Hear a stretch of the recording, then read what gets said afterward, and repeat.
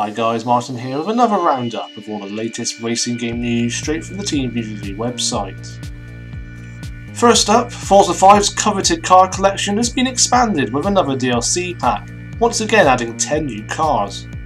This one's called the Smoking Tyres pack, and highlights include the ultra rare 1968 Alfa Romeo 33 Stradale, the classic 1968 Chevrolet Nova SS, and the 2004 Maserati MC12.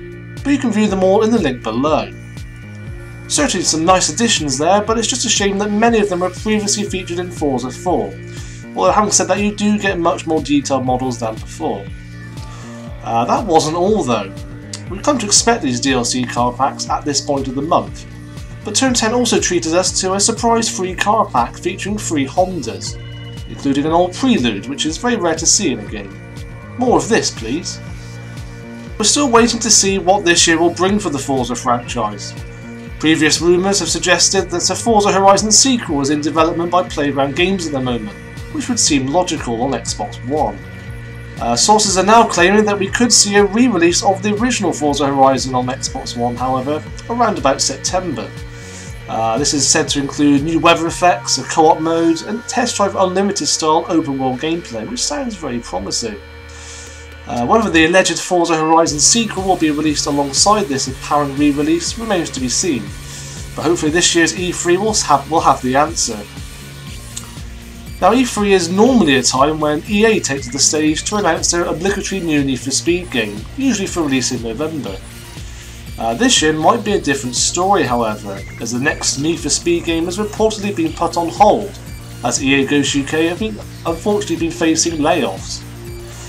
Hopefully this won't spell the end of the road for Need for Speed, as EA Ghost seem to have big plans for the future of the series after they were handed over the keys to the franchise last year. It's particularly tragic for Criterion Games though, because the UK branch of EA Games was mostly made up of former Criterion staff.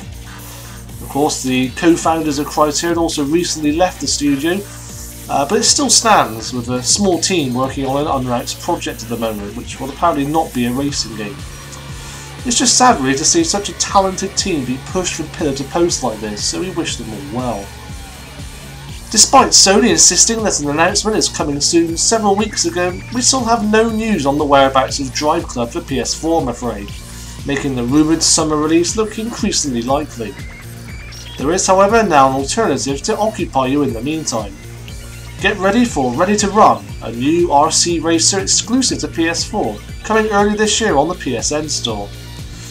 We don't really have much to go on this, other than the fact it will feature 15 cars, online multiplayer, and will also be set in a futuristic city. Okay, it's probably not going to be very comparable to Drive Club in the slightest, but this is probably the only PS4 racing game you're going to get in the meantime. I think that there is still a market for this type of game. Motorstorm RC, for example, on PSN is probably its closest comparison, which is very fun indeed at the time. I still play it on Vita regularly. Mario Kart 8 was previously pegged to race off the line at some point this year on Wii U, but Nintendo has now narrowed it down to sometime in May. In many ways it looks like a traditional Mario Kart racing game with added innovations such as the anti-gravity tracks.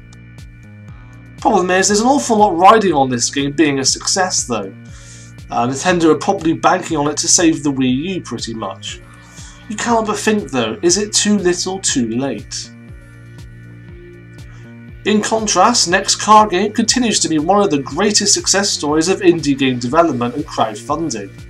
Bugbear has announced that the game has now made over $1 million in just 1 week since its release on Steam Early Access.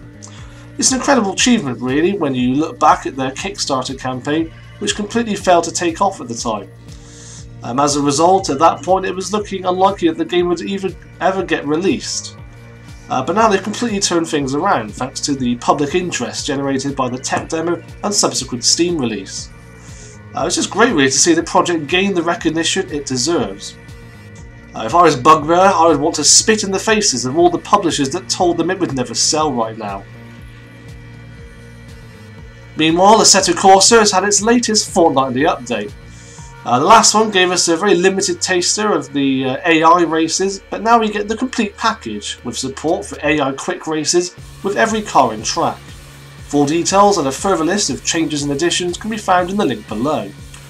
With Assetto Corsa and Project Cars dominating the headlines on VVV, it's very easy to forget about some of the other PC sim races, such as iRacing and Race Room Experience, for example.